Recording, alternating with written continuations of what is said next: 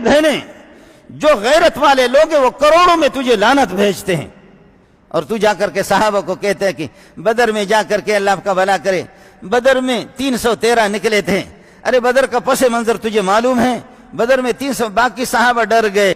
میرا رب تجھے ہدایت دے دے یا تیری زبان کو خشک کر دے۔ تو صحابہ کو بزدل کہتا ہے، تو کہتے صحابہ ڈر گئے تھے۔ کس نے لکھا؟ میرے پاس وقت نہیں ہے، کوئی آ جاؤ میرے ساتھ بٹھاؤ، اگر ہے کوئی ماں کا لال۔ ہم پاپڑے بیچنے والے نہیں ہیں، میں تمہارے یونیورسٹیوں میں پڑھ چکا ہوں، میں یونیورسٹیوں کو دیکھ چکا ہوں۔ یہ ABCD کی یہ ان الفاظ کو چھوڑو، ہمارے ساتھ گفتگو کرو۔ ہمارے سینے اس سے بھرے ہوئے، اللہ کے فضل و کرم سے ہمارا سینہ اس سے بھرا ہوا ہے۔ یہ 600 صفحات کی کتاب یہ صرف میرے سینے میں نہیں ہے، اس جیسے ہزاروں احادیث بھی میرے سینے میں ہیں۔ ہم انگریز کے بچے نہیں ہیں، ہم مسلمانوں کے بچے ہیں۔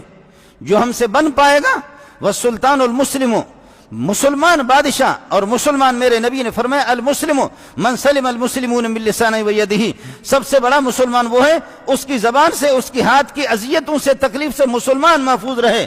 اور صحابہ سے بڑا مسلمان کوئی کائنات کے اندر نہیں ہے۔ تو صحابہ کو کہتے کہ صحابہ یہ کہ بزدل ہو گئے تھے، صحابہ ڈر گئے تھے۔ مال غنیمت جمع کر کہتے لوٹ مار پہ شروع ہو گئے۔ لوٹ مار کہاں پہ استعمال ہوتا ہے؟ میرے نبی نے فرمایا کہ سابقہ امتوں کے لیے غنیمت وہ نہیں کھاتے تھے، غنیمت کو جمع کرتے تھے، کافروں سے جو غنیمت لیتے تھے مال، اس کو رکھتے تھے زمین پر، اور پھر دعا کرتے تھے آسمان سے ایک آگ آتی تھی، اور وہ آگ کافروں کے اس مال کو جلا کر کے راکھ بنا دیتی تھی۔ لیکن فرمایا کہ اب نہیں ہے، قرآن میں خود 4 پارے میں موجود ہے، حتیٰ یأتینا بقربان تاکلہ النار، ایسے نظر و نیاز جس کو آگ کھائے۔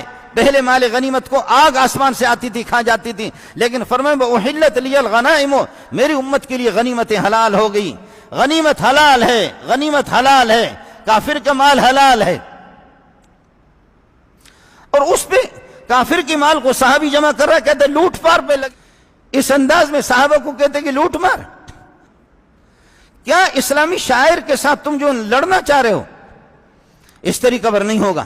آپ کے توسط سے میں نے، آپ کو یاد ہوگا کہ جس نے کہا کہ شوکت خانم اسپتال قائم کیا، مریضوں کا علاج مفت میں، غریبوں کا علاج مفت میں، ہم نے کہا یہ غریب پرور ہوگا، یہ غریبوں کے ہاتھ تھامنے والا ہوگا، یہ مسکینوں کا ہاتھ تھامنے والا ہوگا۔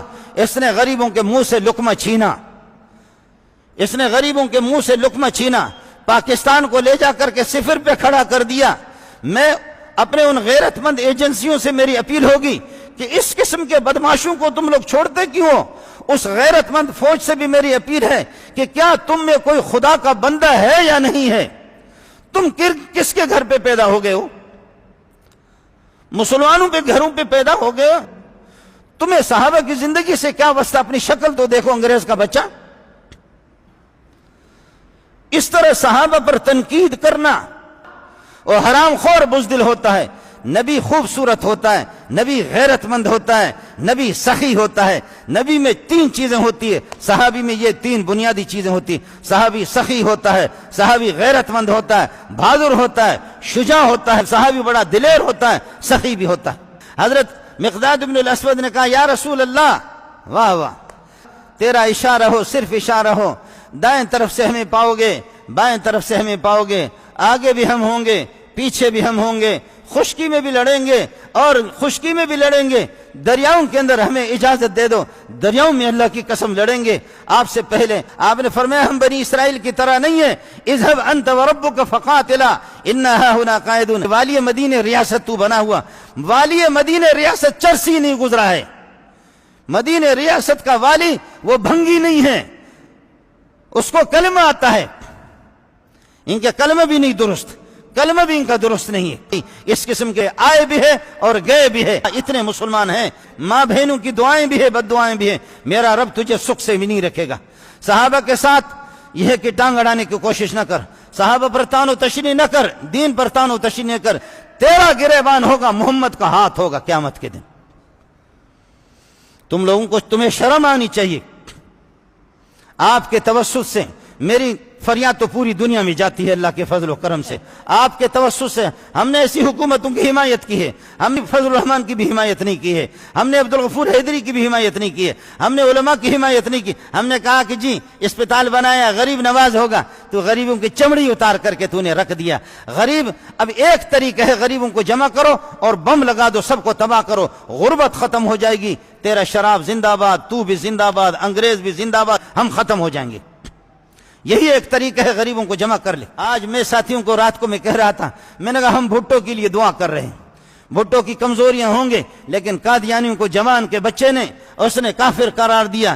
میں اس اللہ کے گھر میں بیٹھ کر کے مجھے یقین ہے اللہ نے اس کی مغفرت کی ہوگی۔